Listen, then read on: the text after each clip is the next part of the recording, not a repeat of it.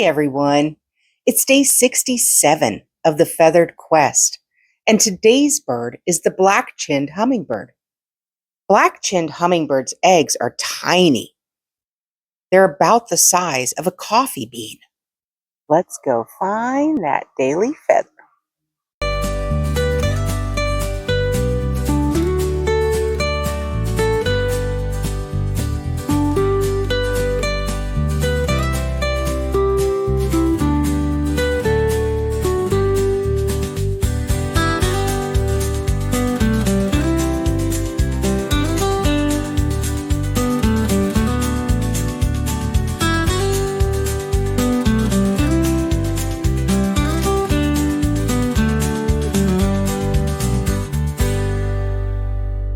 Thanks for coming along with me today, guys. Remember, you are loved, and the world is full of wonder. So, did we find our bird of the day? New lifer.